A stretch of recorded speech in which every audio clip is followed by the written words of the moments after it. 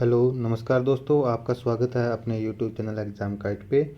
दोस्तों हम आज प्रीवियस कॉम्पिटिटिव एग्ज़ाम में आए हुए कुछ महत्वपूर्ण क्वेश्चनों को देखेंगे जो बार बार किसी न किसी एग्ज़ाम में रिपीट होते रहते हैं।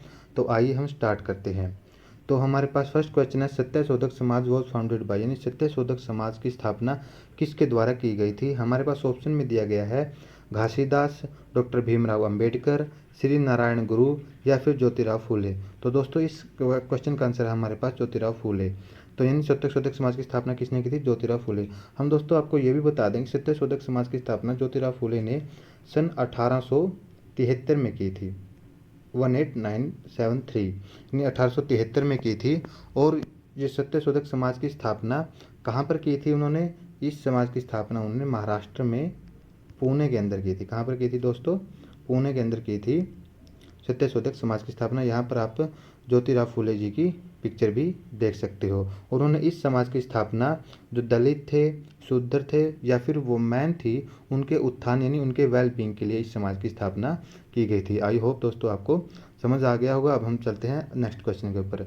अगला क्वेश्चन है दोस्तों हमारे पास, who was awarded with highest award to honor foreign nationals by the Maldives rule of निशान इजुद्दीन in 2019। यानी कि दोस्तों जो मालदीव का हाईएस्ट अवार्ड है रूल ऑफ निशान इजुद्दीन, वो 2019 के अंदर किसको दिया गया था? मालदीव सरकार के द्वारा। तो दोस्तों हम सबसे पहले तो आपको ये बता दें कि जो मालदीव है, एक मालदीव क्या है? एक आइलैंड कंट्री है दोस्तों। क्या कैसी कंट्री है दोस्तों? एक मालदीव क्या है? कैसी कंट्री है दोस्तों? एक आइलैंड कंट्री है।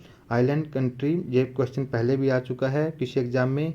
जैसे ऑप्शन में दिया गया था कि which of these is a island country, USA, Japan, Maldives और इंडिया। तो उसका दोस्तों आंसर था मालदीव। तो ये क्वेश्चन भी आ सकता है। दूसरा दोस्तों हम आपको बता दें कि मालदीव की जो कैपिटल है वो है दोस्तों माले।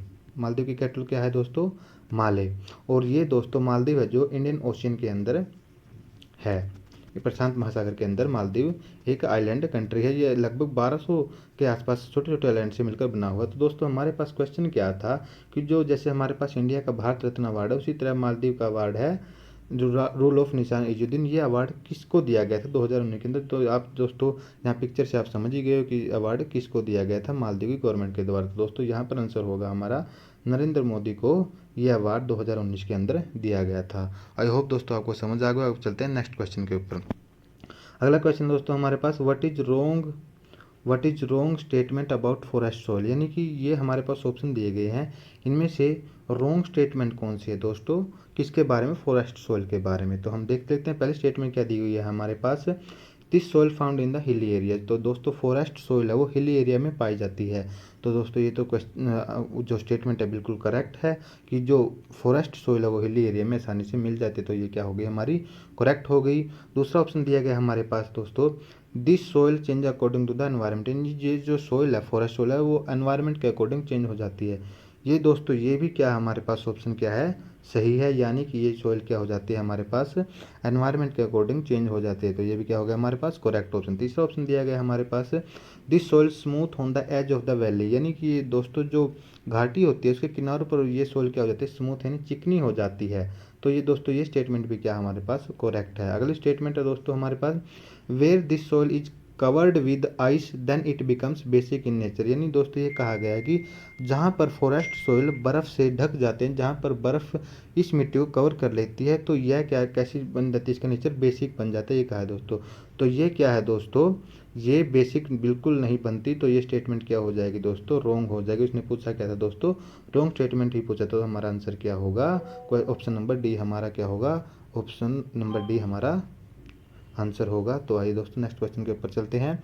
नेक्स्ट क्वेश्चन है हमारे पास, मैथनोइक एसिड कंटेंट इन। जो मैथनोइक एसिड होता है वो किसके अंदर होता है? ये हमारे पास ऑप्शन देंगे, on sting, tomato, potato, lemon. तो मैथनोइक एसिड दोस्तों हमारा पाया जाता है आंट स्टिंग के अंदर। आंट स्टिंग के अंदर क्या पाया जाता है दोस्तों? मैथनोइक एसिड पाया जाता है।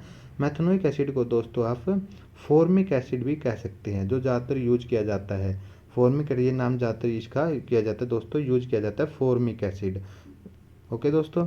और फॉर्मिक एसिड का यदि आप दोस्तों आप फॉर्मूला जानना चाहें, यदि आप याद रखना चाहें तो वो भी बता देते हैं आपको। उसका फॉर्मूला होता है दोस्तों HCO2 2H। ये दोस्तों कि आप रखना चाहे तो ये भी याद रख सकते हैं। और आपको बता दें कि जो मेथनोइक एसिड है इसका उपयोग जो हमारी टेक्सटाइल इंडस्ट्री होती है, लेदर इंडस्ट्री होती है, उसमें प्रोसेस के लिए।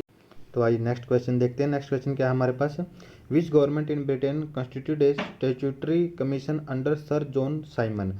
तो सर जॉन साइमन कमीशन जो बनाया गया था ब्रिटेन गवर्नमेंट के द्वारा, वो किस सरकार के समय में बनाया गया था। जो वही ये सर जॉन साइमन कमीशन वही साइमन कमीशन है जो 1928 यानी 1928 के अंदर भारत में आया था, और जिसका विरोध करने के दौरान लाला लाजपत राय पे लाठीचार्ज किया गया था और उनकी मृत्यु हो गई थी। और उसका ही रिवेंज लेने के लिए फिर भगत सिंह चंद्रशेखर आज़ाद ने साइमन को की हत्या का योजना बनाई थी, और उस हत्या में साइमन कमीशन की बजाय सैंडर्स मारा गया था। और उस हत्या के मुकदमे में ही भगत सिंह और राजगुरु सुखदेव को 23 मार्च 1931 को फांसी दी गई थी।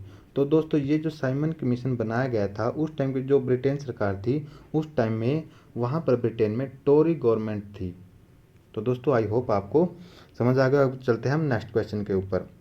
नेक्स्ट क्वेश्चन है हमारे पास, from constitution of which country India borrowed the provision of procedure of amendment of the constitution. यानी दोस्तों इसमें पूछा गया है कि जो संविधान में संशोधन का नियम है वो कहाँ से लिया गया है, किस कंट्री से। तो दोस्तों आपको पता ही होगा कि इंडिया का जो कॉन्स्टिट्यूशन है उसमें बहुत सी चीज़ों को दूसरे संविधानों से बोरो किया गया है। तो इसमें ये पूछा गया है कि जो अमेंडमेंट किया जाता है कॉन्स्टिट्यूशन में, उस प्रोसीजर को किस संविधान से, किस देश के संविधान से लिया गया है।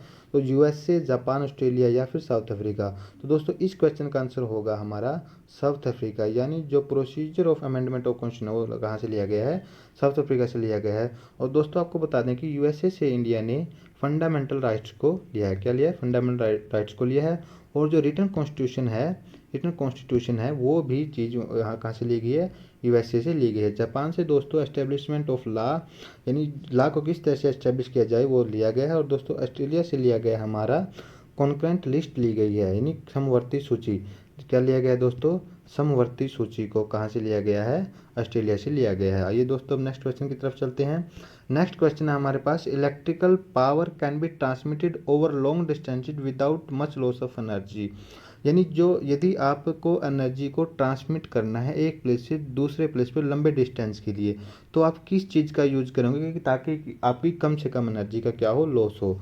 तो आप एसी और डीसी दोनों का यूज कर सकते हो। तो दोस्तों बिल्कुल गलत है, या आप एसी का यूज करोगे। हाँ दोस्तों किसका यूज करोगे आप, अल्टरनेटिव करंट यानी एसी का ही यूज करोगे। आप डीसी के लिए लॉन्ग डिस्टेंस पर एनर्जी के ट्रांसफ़र के लिए यूज नहीं कर सकते, क्योंकि इसके लिए आप बहुत ज़्यादा लॉस ऑफ एनर्जी होगा यदि आप डीसी का यूज करोगे। तो इसका आंसर होगा दोस्तों एसी। आई होप आपको याद हो गया होगा। अब चलते हैं हम नेक्स्ट क्वेश्चन के ऊपर। नेक्स्ट क्वेश्चन है दोस्तों हमारे पास, the president is elected by members of electoral college consisting of. यानी कि दोस्तों इसने कहा है कि जो भारत का प्रेसिडेंट है, द प्रेसिडेंट इज इलेक्टेड, जो प्रेसिडेंट है वो किस प्रोसेस के साथ चुना जाता है, यानी कैसे चुना जाता है।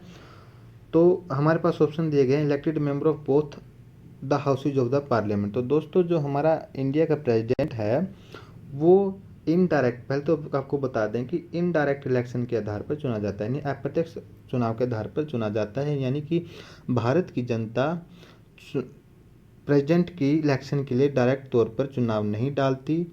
ये कैसे चुना जाता है, इनडायरेक्ट इलेक्शन के आधार पर चुना जाता है। और इनडायरेक्ट इलेक्शन कैसे होता है, यानी इसमें प्रोसीजर कैसे होता है, ये हम आपको बता दें कि इसमें जो फर्स्ट ऑप्शन में दिया गया है, elected member of both the houses of parliament, यानी जो हमारे जनता के द्वारा राज्यसभा या लोकसभा के एमपी चुने जाते हैं वो इसमें पार्टिसिपेट करते हैं। वही इसमें पूछा गया, elected member of both houses of the parliament. Yes, इसका आंसर होगा यस। दूसरा क्या है हमारे पास, elected member of legislative assemblies of the state, यानी जो हमारे स्टेट होते हैं उसके अंदर जो एमएलएज के इलेक्शन होते हैं, MLA member of legislative assembly यानी एमएलए होते हैं, वो भी प्रेसिडेंट के इलेक्शन में पार्टिसिपेट करते हैं। Elected member of legislative assembly of the state, yes, इसका भी क्या हो गया, ये भी स्टेटमेंट सही है। दूसरा हमारे पास elected member of legislative assemblies of UT कौन से यूटी दिए गए आगे, दिल्ली पुडुचेरी, यानी जो दिल्ली है और पुडुचेरी है उसके जो इलेक्टेड मेंबर होते हैं वो भी इसके अंदर पार्टिसिपेट करते हैं। हाँ दोस्तों, इसके अंदर वो भी पार्टिसिपेट करते हैं क्योंकि दिल्ली का भी अपना एक क्या है सीएम है और पुडुचेरी का भी क्या है कि सीएम है, यानी इसके अंदर भी क्या होते हैं एमएलए, ये इसलिए पार्टिसिपेट करते हैं। और आपको जानकारी के लिए बता दें कि दोस्तों पहले हमारे पास 7 यूटी होते थे, अब हमारे पास 8 यूटी बन गए हैं। जे.एंड.के को एक नया यूटी बन गया है दोस्तों, और जे.एंड.के के मेंबर भी इसके अंदर पार्टिसिपेट करते हैं प्रेजेंट के इलेक्शन के अंदर। तो यहाँ पर आपको दोस्तों जे.एंड.के को भी शामिल कर सकते हैं। तो थर्ड ऑप्शन भी क्या है दोस्तों हमारा सही है। फोर्थ ऑप्शन में क्या दिया गया है, nominated member of both houses of parliament. Nominated member होते हैं जो राष्ट्रपति के द्वारा चुने जाते हैं, जैसे एंग्लो इंडियन में होते हैं, या फिर किसी प्रतिष्ठित कलाकार को, किसी प्लेयर को, जैसे सचिन तेंदुलकर को, या किसी को भी राज्यसभा के अंदर नॉमिनेट किया जाता है तो उन मेंबर्स को प्रेजेंट के इलेक्शन में पार्टिसिपेट करने का हक नहीं होता। तो दोस्तों ये स्टेटमेंट, फोर्थ स्टेटमेंट क्या है दोस्तों हमारे पास रॉन्ग है, यानी फर्स्ट सेकंड थर्ड हमारा स्टेटमेंट सही है। तो ऑप्शन में कौन सा है ऐसा, यानी ऑप्शन नंबर बी हमारा क्या होगा आंसर सही होगा। आगे चलते हैं दोस्तों नेक्स्ट क्वेश्चन के ऊपर। नेक्स्ट क्वेश्चन है हमारे पास, लाई हरोबा सेलिब्रेटेड है। लाई हरोबा किस के अंदर सेलिब्रेट किया जाता है, किस स्टेट के अंदर। तो लाई हरोबा बता दें आपको, लाई हरोबा दोस्तों एक ट्रेडिशनल फेस्टिवल है। कहाँ का ट्रेडिशनल फेस्टिवल है, मेघालय, मिजोरम, नागालैंड या मणिपुर। तो दोस्तों जो लाई हरोबा फेस्टिवल है ये फेस्टिवल है दोस्तों मणिपुर का। कहाँ का दोस्तों, मणिपुर का। यहाँ पर आप इसकी एक लाई हरोबा फेस्टिवल की एक इमेज देख सकते हैं। और लाई हरोबा फेस्टिवल को दोस्तों फेस्टिवल ऑफ गॉड्स भी कहा जाता है। ओके दोस्तों, फेस्टिवल ऑफ गॉड्स भी कहा जाता है। ये फेस्टिवल दोस्तों वहाँ के लोगों के द्वारा, जो वहाँ के ट्रेडिशनल्स गॉड्स हैं या फिर उनके एंसेस्टर्स हैं, उनके लिए ये सेलिब्रेट किया जाता है। आगे चलते हैं। तो नेक्स्ट क्वेश्चन दोस्तों हमारे पास, there is a description of sabha in Pallava records, which type of sabha was it. यानी जो पल्लव के रिकॉर्ड्स यानी अभिलेख हैं उनके अंदर एक सभा का वर्णन किया गया है, और यह सभा किसके बारे में थी, यानी सभा में कौन शामिल थे ये पूछा गया है इस क्वेश्चन में। तो इसमें कौन शामिल थे, ट्रेडर्स थे, पुलिसमैन थे, रेवेन्यू कलेक्टर थे या ओनर ऑफ लैंड्स थे।